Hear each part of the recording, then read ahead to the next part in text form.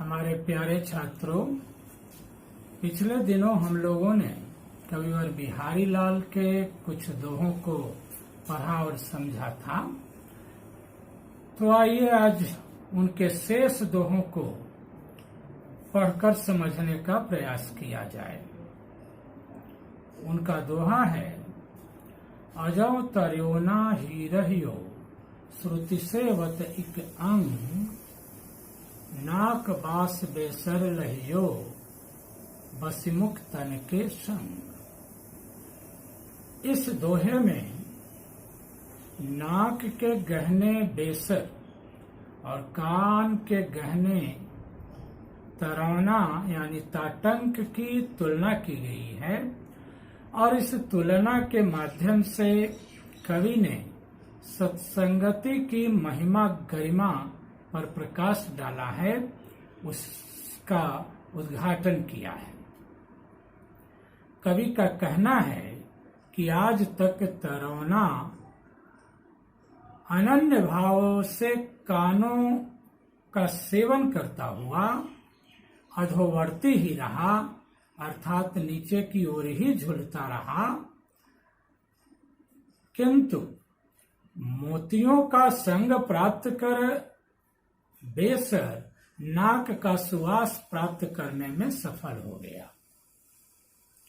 तात्पर्य यह कि अनन्य भाव से श्रुति अर्थात वेद का सेवन चिंतन मनन करने वाला मनुष्य आज तक तर नहीं पाया, तरौना ही रहा, भवसागर में ही पड़ा रहा, जबकि मुक्तों अर्थात जीवन मुक्त संतों का संग प्राप्त करके उनके साथ रहकर बसकर बेसर जैसा नीच प्राणी भी, अधम प्राणी भी नाक यानी स्वर्ग का सुख प्राप्त करने में सक्षम और समर्थ हो गया।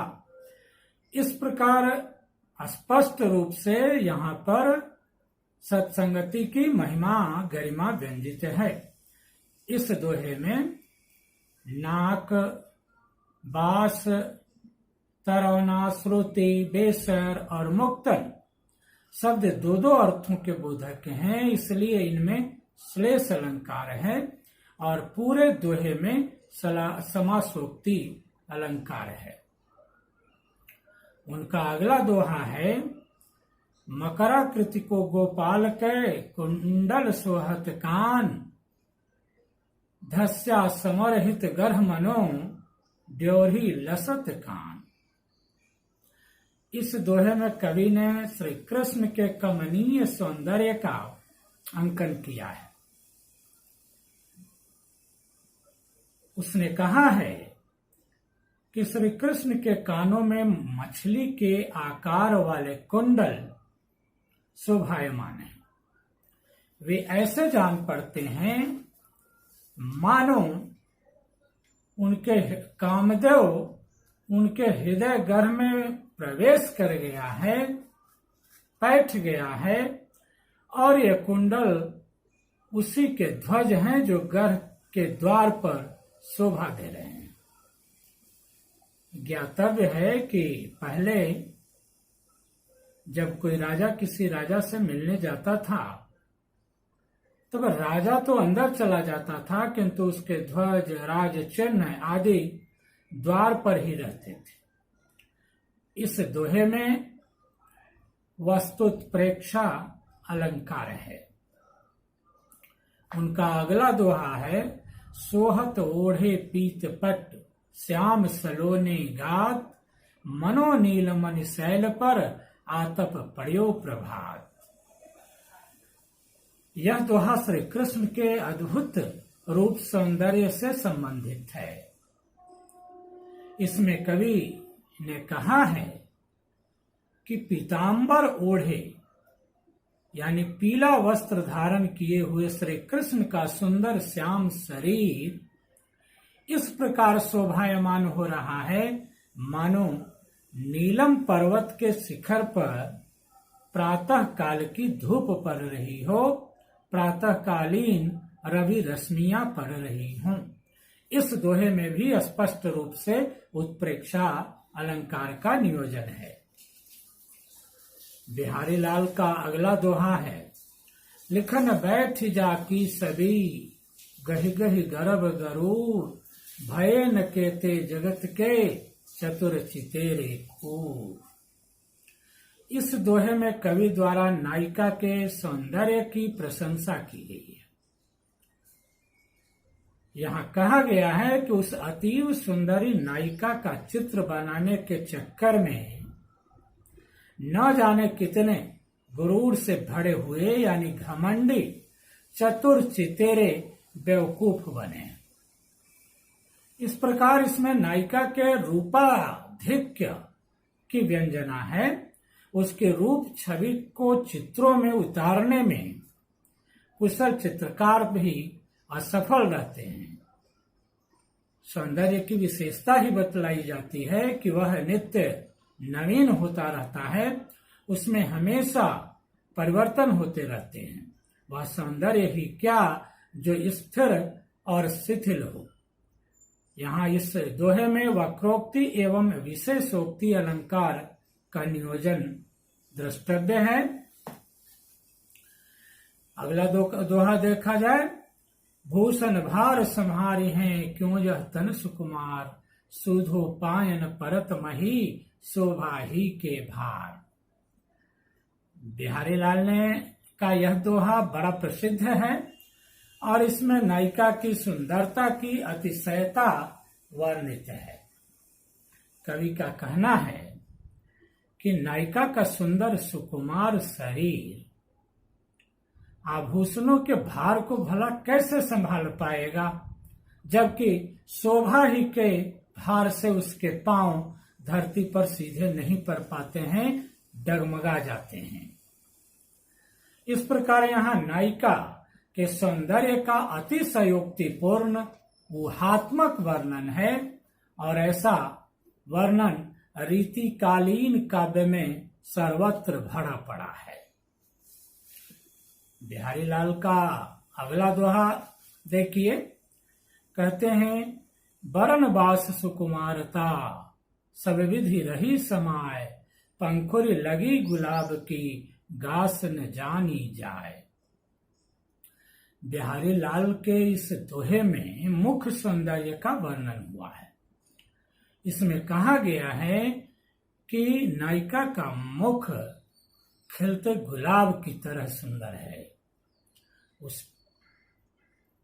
उसके कपोल में गुलाब की एक पंखुड़ी चिपक गई है, किंतु वह जान नहीं पड़ती, जानी नहीं जाती, यानी पहचानी नहीं जा पाती, क्योंकि वह रंग, सुगंध और सुकुमारिता में गाल में ही मिल गई है।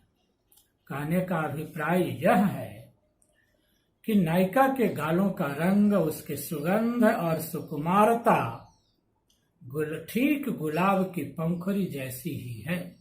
इस दोहे में मिलित अलंकार है, क्योंकि नायिका के कपोल और गुलाब की पंखुड़ी का मेल वर्णित है। अगला दोहा है, नेहन नयनन कौ कछु उपजी बरी बलाय, नीर भरे नित प्रति रहे तउन प्यास बुझाए। इस दोहे में कवि द्वारा प्रेम प्रसंग में नैनों की विचित्र दयनीय दशा को उद्घाटित किया गया है, उस पर प्रकाश डाला गया है। प्रिय वियोग में नेत्रों की बड़ी विचित्र स्थिति होती है। उसमें प्रेम प्राप्ति का भारी रोग व्याप्त रहता है। इस कारण यद्यपि वह हमेशा नीर यानी आंसू से भरे रहते हैं, फिर भी प्यास है कि बुझती ही नहीं, बुझने का नाम ही नहीं लेती। इस प्रकार यहाँ प्रेम दशा का अत्यंत सहज और स्वाभाविक वर्णन है। अगला दोहा है, लाज लगाम न मानहि, नैना मुँह बस नाहि, ये मुँह जोर तुरंग लौं ऐचत हूँ चली जाए। इस दोहे में भी प्रेम पास में पड़े प्राणी के नेत्रों की विवशता परवशता संकेतित है।